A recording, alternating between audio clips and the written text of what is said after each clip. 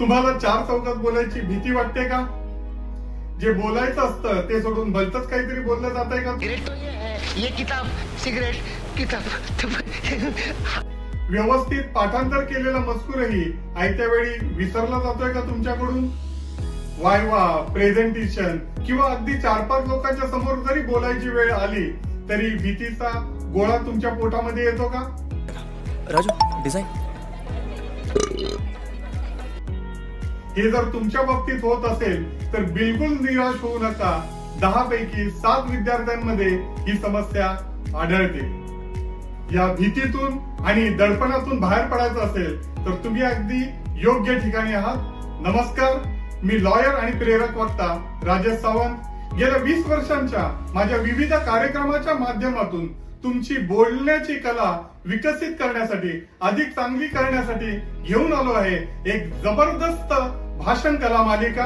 आमच्या इन्फॉर्मेटिव्ह चॅनेलच्या भाषण कला मालिकेला लाईक करा, शेअर करा, सबस्क्राईब करा आणि बेल आयकॉन जरूर हिट करा. तर मंडळींनो, प्रभावी बोलणं ही एक कला आहे आणि ही कला चांगल्या सरावाने आणि योग्य मार्गदर्शनाने नक्कीच विकसित करता येते.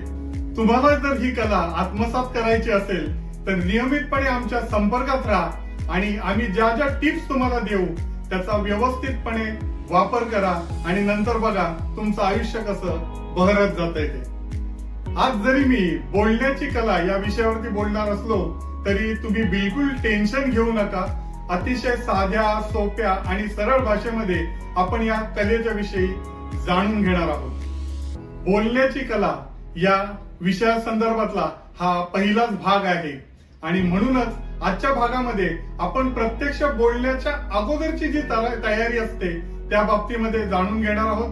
म्हणजे असं बघा की तुमची मुख्य परीक्षा असते त्याच्या अगोदर जी सराव परीक्षा असते किंवा एखादा छानसा तुम्हाला कार्यक्रम करायचा असतो त्याच्या आधी आपण जी रंगीत तालीम करतो त्या पद्धतीचा हा एपिसोड असणार आहे आणि म्हणूनच हा एपिसोड अतिशय रोमांचक होणार यात शंकाच नाही.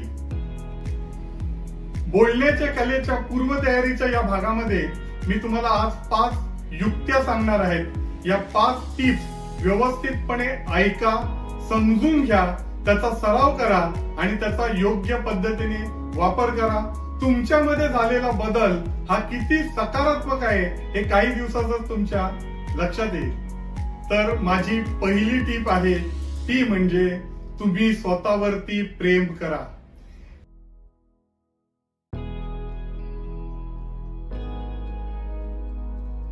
एक लक्षात घ्या, तुमच्यासारखा दिसणारा, तुमच्यासारखा विचार करणारा आणि तुमच्यासारखा वागणारा दुसरा माणूस या पृथ्वी तलावावर नाही.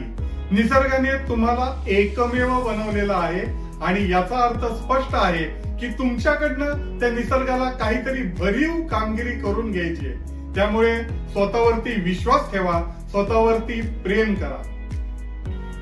माझी दुसरी टीप आहे ती म्हणजे स्वतःची बलस्थाने ओळखा.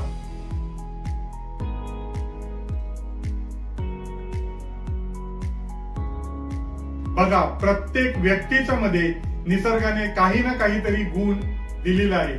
फक्त तुम्हाला तो ओळखायचा आहे आणि एकदा का तुमच्या ती लक्षात आले तर मग त्याच्यावरती मेहनत करायची आहे. दिवसातून किमान 1 तास तरी त्या कलेसाठी द्यायचा आहे. कुणाचं अक्षर चांगलं असेल, कोण चांगला गाऊ शकत असेल, कोण चांगला खेळू शकत असेल, कोणाला चांगलं गाणं म्हणता येत असेल, कोणाला चांगला कॅरम खेळता येत असेल, बुद्धिबळ खेळता येत असेल. पण जो कुठला तुमच्या अंगामध्ये गुण आहे त्याच्यावरती मेहनत घ्या आणि सरावाने त्याच्यामध्ये इतकी मास्टरी मिळवा की ज्या वेळेला लोकांच्या समोर तुम्ही जाल त्यावेळेला लोकांनी तुमच्यासाठी टाळ्या वाजवल्या पाहिजे. या गुणांमुळे तुमच्यातला आत्मविश्वास आहे हा प्रचंड वाढलेला आहे हे तुमच्या लक्षात येईल. आपली तिसरी टीप आहे की आयुष्यातील चांगल्या चांगल्या ज्या घटना आहेत त्या आठवा. पता है दादू क्या कहते हैं? बच्चे, जब मन उदास हो तो आंखें बंद करो, फ्लैशबैक में जाओ और लाइफ के हैप्पी सीन्स याद करो, फिर चेहरे पे स्माइल आ जाएगी. बघा, लहानपणी तुम्हाला एखाद्या धावण्याच्या स्पर्धेत, सायकलच्या स्पर्धेत एखादं छोटंसं बक्षीस मिळालेलं असेल किंवा एखादं तुम्ही चांगलं काम केलंय त्याबद्दल तुमच्या घरच्यांनी किंवा शेजारच्यांनी कौतुक केलेलं असेल, पाठ थोपटलेली असेल, तर अशा चांगल्या घटना आठवा. या घटनांच्यामुळे तुमच्यामध्ये एक सकारात्मक ऊर्जा येत असते. चौथी तेवढीच महत्वाची गोष्ट आहे ती म्हणजे तुमचा पेहराव, तुमचे कपडे. बाहेर ज्या वेळेला तुम्ही 4 लोकांमध्ये जाल त्यावेळेला कपड्यांच्या बाबतीमध्ये तुम्ही अतिशय दक्ष असणं गरजेचं आहे. ज्या कार्यक्रमाला तुम्ही जाणार असाल त्या कार्यक्रमाला साजेसे कपडे तुमच्या अंगावरती असायलाच हवेत. जरुरी नाहीये की प्रत्येक वेळेला ब्रँडेड किंवा महागडे फॅशनेबल कपडे तुम्ही वापरले पाहिजेत. कुठलीच अशी गरज नाहीये. पण जे कपडे तुम्ही वापरणार आहात ते स्वच्छ धुतलेले, चांगले इस्त्री केलेले असणं गरजेचं आहे. तुम्हाला स्वतःला त्या कपड्यांमध्ये रुबाबदार वाटलं पाहिजे. तुमचा आत्मविश्वास त्याच्याने वाढणं गरजेचं आहे. बघा, मोठमोठे नेते, अभिनेते कपड्यांच्या बाबतीमध्ये योग्य ती काळजी घेतात आणि आपल्याला सुद्धा त्यांना फॉलो करायचं आहे. 5वी आणि शेवटची टीप तो म्हणजे तुमचा गृहपाठ, होमवर्क. तुम्ही छानपैकी वाचन करायला पाहिजे. तुमच्या आजूबाजूला समाजामध्ये जे कोणते कार्यक्रम असतात, एखाद्या पुस्तकाचं प्रकाशन असेल, एखादी सभा असेल, एखादं चर्चासत्र असेल, तर अशा सामाजिक कार्यक्रमामध्ये तुम्ही प्रेक्षक म्हणून जाणं, तिथे तुमची उपस्थितीची नोंद करणं खूप गरजेचं आहे. तिकडे लोक कशा पद्धतीने बोलतात, कशा पद्धतीने वागतात, या सगळ्या गोष्टींचं बारीक सारीक निरीक्षण करा. आज तुम्ही प्रेक्षकांमध्ये बसल्यात, एक दिवस असा येईल की तुम्हाला स्टेजवरती जाण्याची संधी मिळेल आणि त्याही पलीकडे तो दिवस दूर नाहीये ज्या वेळेला त्या स्टेजवरून तुम्हाला बोलण्याची सुद्धा संधी मिळेल. तर या होत्या बोलण्याच्या कलेची पूर्वतयारी संदर्भातील महत्वाच्या 5 टिप्स.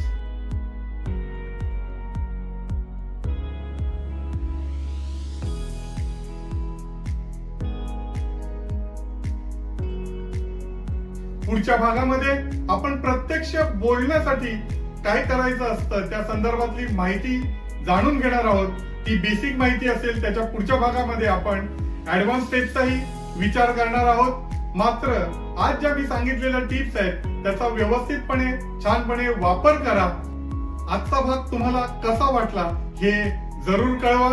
आमच्या चॅनलला लाईक करा, शेअर करा, सबस्क्राईब करा.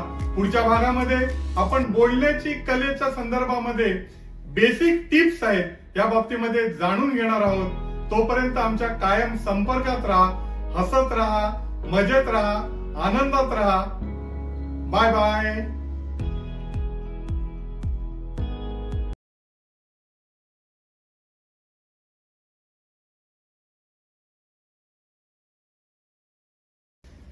तुम्हाला 4 चौकात बोलायची भीती वाटते का?